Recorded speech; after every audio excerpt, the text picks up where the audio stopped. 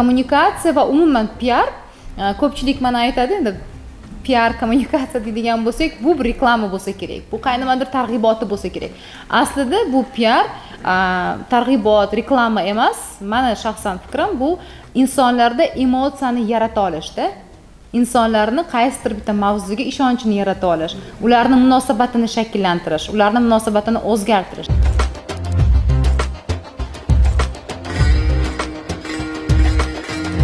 Z avlodi bu 20-asrning 90-yillar o'rtalaridan 2010-yilgacha tug'ilgan avlod vakillari hisoblanadi. Ya'ni 1995-yildan 2010-yilgacha tug'ilgan. Aksariyat partiyamiz safiga qabul qilayotgan yoshlar, xotin-qizlar mana shu yosh aralig'ida tug'ilgan.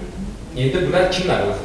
Bu Z avlod vakillari odatda yaxshi xulq-atvorli, beparvo shaxslar bo'lib, xavf-xatar va tavakkalchilikni uncha xush ko'rmaydilar. Zoomerlar o'z yoshligiga nisbatan o'zidan oldingi vakillarga qaraganda sekinroq yashashga moyil bo'lgan vakillar hisoblanadi.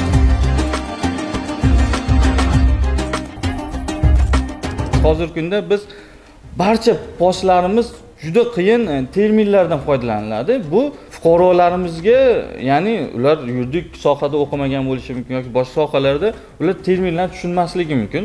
Ularni oddiy odamlar tushunadigan haqchil tilda berishimiz kerak.